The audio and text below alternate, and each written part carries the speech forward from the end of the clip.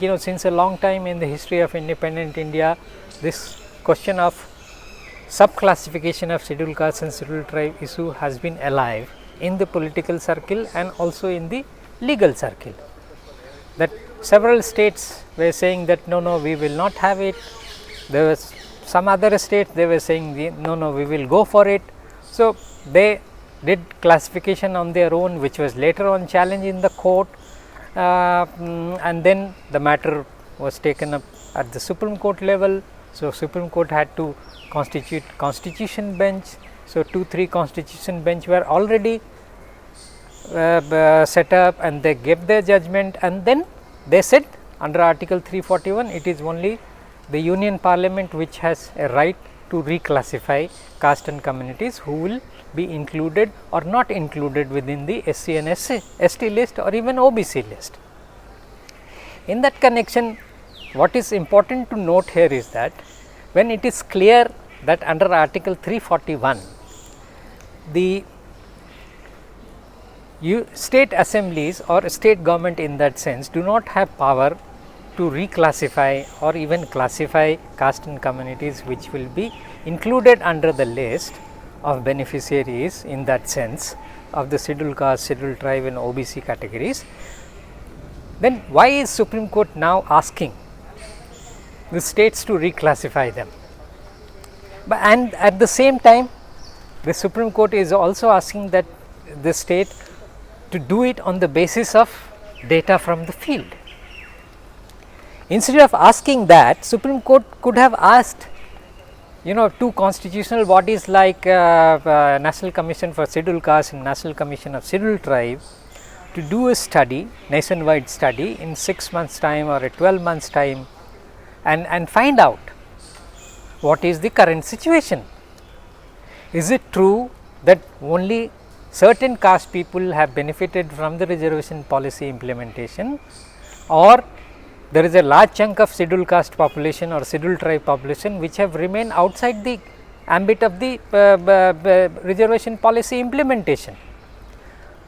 In the absence of such data or such study, how can Supreme Court through a popular perception in this country come to a conclusion and give a judgment that only certain section of the scheduled caste, scheduled tribe population have benefited, and one judge even goes to the extent of saying that these are the creamy layer and they should be kept out. Another judge goes to the extent of saying that only one generation scheduled caste, scheduled tribe should get reservation policy benefit. I mean, this is atrocious statement coming from the mouths of the learned judges of the Supreme Court when they say that only one generation person should get benefit of reservation policy. If the second generation or third generation person should not get it because they have become already the creamy layer section of the society. I mean, one should ask a critical question here, how since when Dalits and Adivasis after getting reservation have become the creamy layer section of the society? I mean, do their position in society have become so big that they have become equal to Ambanis and Adanis of this country? I mean, one should ask these critical questions, uncomfortable questions also, that on what basis you are saying that they have become the creamy layer, whereas other sections of society which are already from the privileged caste and they are already rich and powerful, they are not the creamy layer section of the society. Only Dalits and Adivasis who have benefited from the reservation policy, they have become, actually if you ask my personal opinion, I would say that the concept of creamy layer is a bogus concept. It is actually a bogus concept because and how did this term come up? This term came in the Indira Sahni judgment case, and again from nowhere.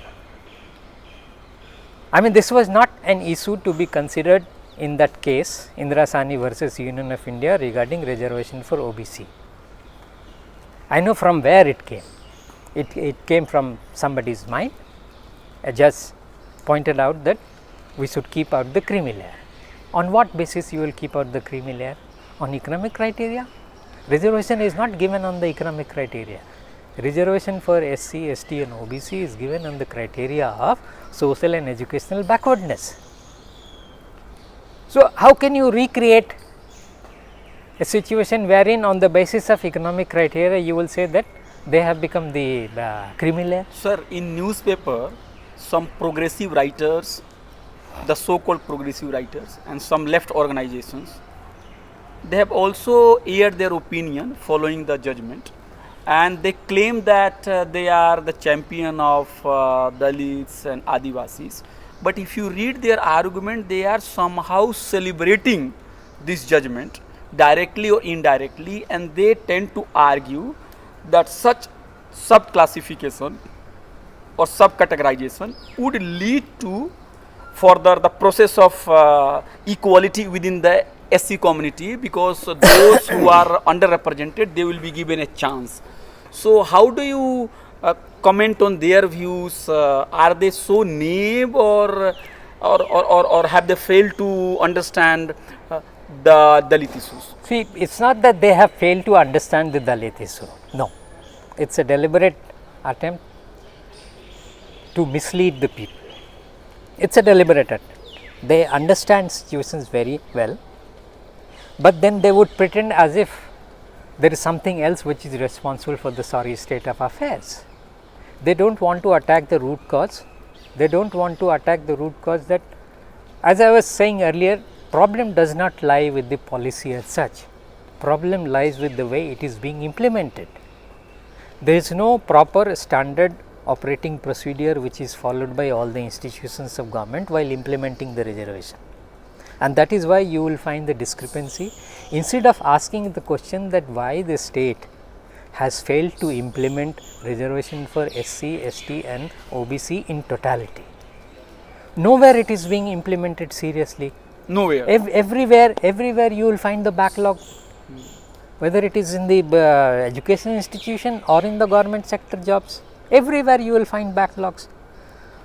There is no sincere attempt to implement the policy. So instead of asking the state to implement the policy sincerely, why are you trying to find fault with it?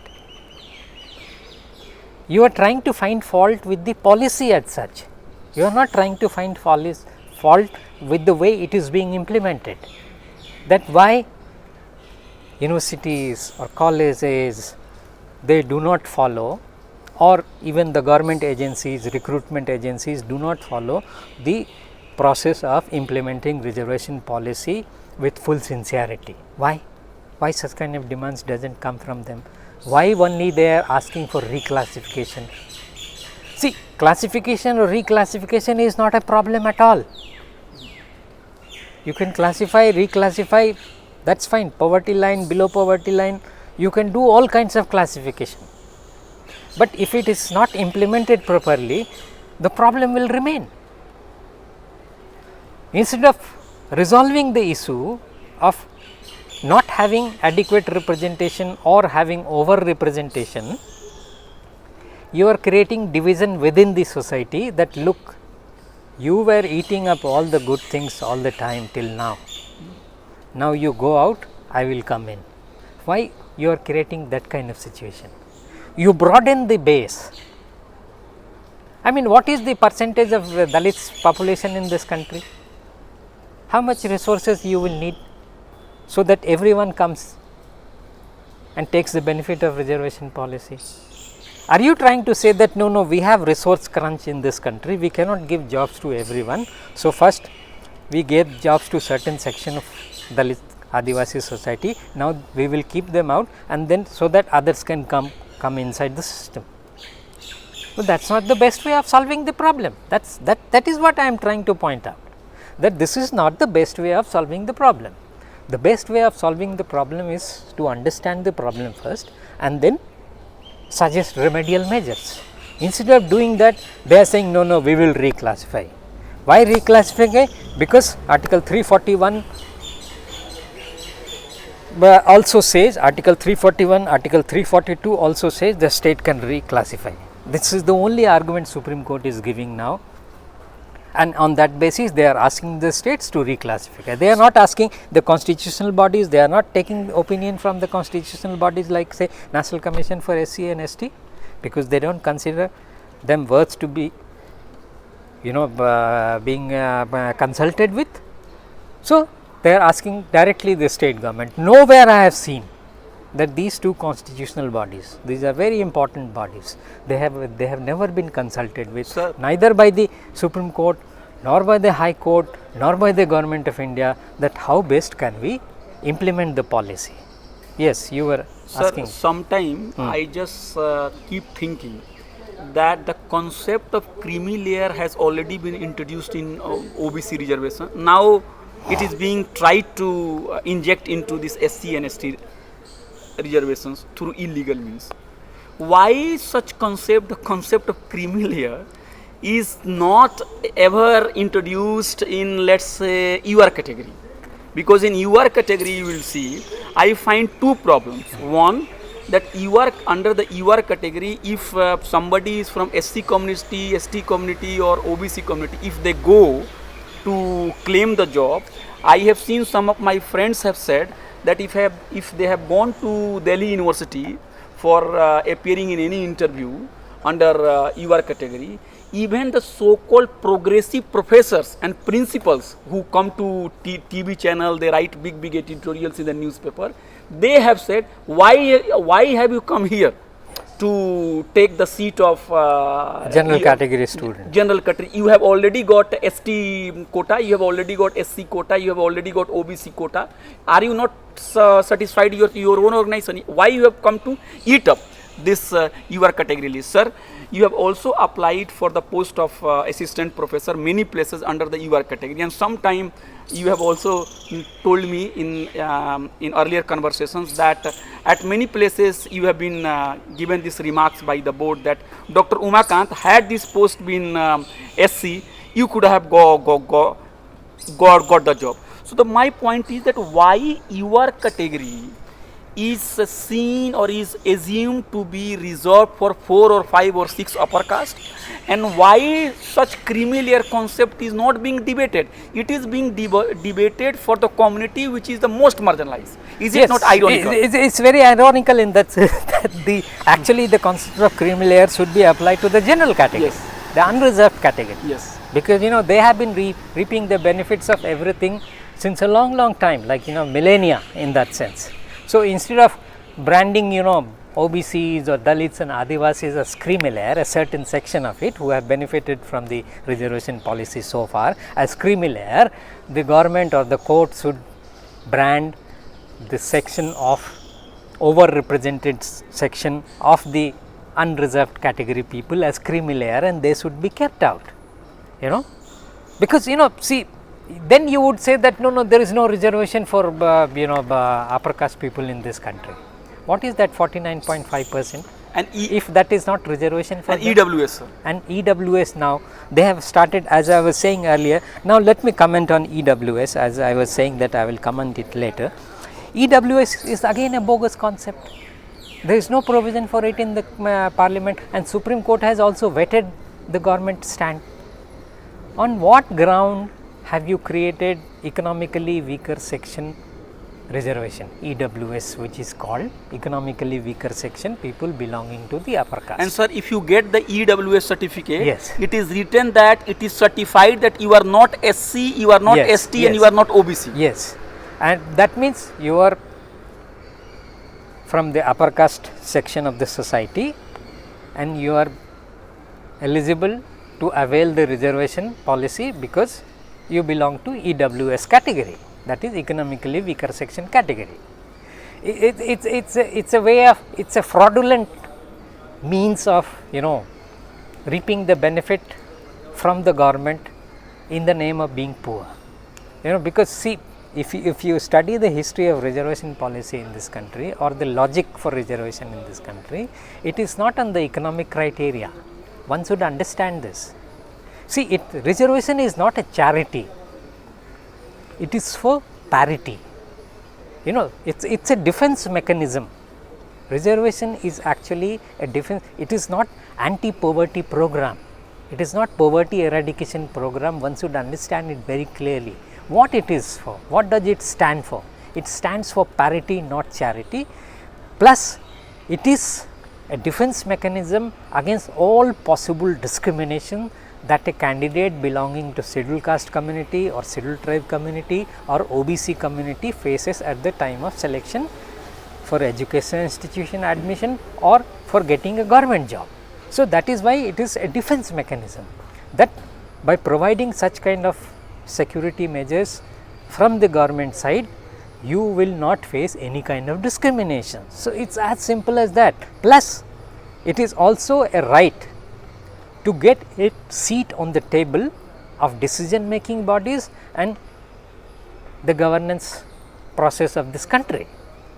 It is a right, it provides you a right to become a member of that process, where in you will have a right, you will have a voice, and you will also play a leading role in the governance of the country. So, in that sense, like it's a right which has been vested, not bestowed. It is a right vested by the Constitution of India, and that is why we have the reservation not on the basis of economic criteria, but the government, by introducing the EWS reservation, has actually played a big fraud in the name of our constitution. They should not have done it, but they have done it. Supreme Court should have stuck down that EWS reservation, but they have vetted the government thing.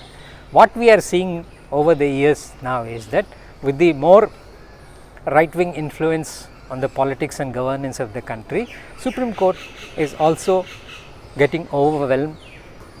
Maybe the political pressure is coming from the top, and they are giving judgments which puts them in bad light, in a sense that whatever they are saying is highly disappointing.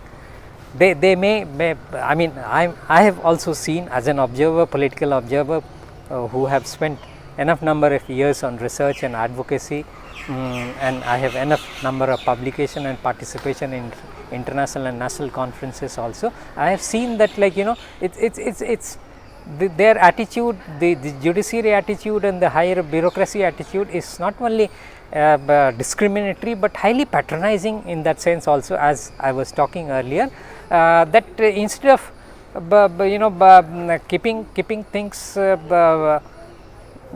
in such a way that, like the administration or the bureaucracy and the administration takes care of the issues of concern in a much more serious way, in a much more rational way, and try to find the remedy of the problem, because there are problems, so everybody knows about it. Nothing is being done in this country in the best possible manner. Every time they will try to find some loophole, some black hole somewhere and create problem. So, this is one problem. Like I was talking about Indira Sahni case, I will give you another example, that how they just play with it. How the concept of creamy layer has been brought in without it being an issue of consideration in the case. The creamy layer question was not there in the case that was being heard in the Supreme Court right from the time when it started, but somehow it has been brought in. In the same way, the creamy layer section issue was brought in the Indira Sahni case. In the same way, in the Indira Sahni case, which was purely about the OBC reservation, in a very surprising manner, the Supreme Court gave a verdict, in the same verdict, that there will be no reservation for SC and ST in promotion. They just debarred them. There was a lot of hue and cry that when the issue was not to be considered, how did you give a judgment that there will be no reservation for SC and ST in reservation? In promotion. In promotion. So, from where did it come?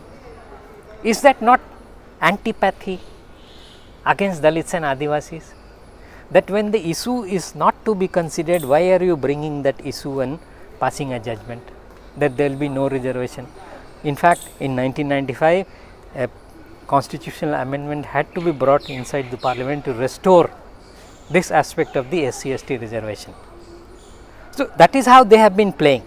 So, what I am trying to point out here is that again and again we have seen that whether it is the Supreme Court or the High Court of this country, or even the local courts in this country, they always try to find loopholes within the system, and they create hurdles in the better implementation of the policy. Instead of better implementation of the policy, they will create problems, and they will see to it that large section of the society remains deprived.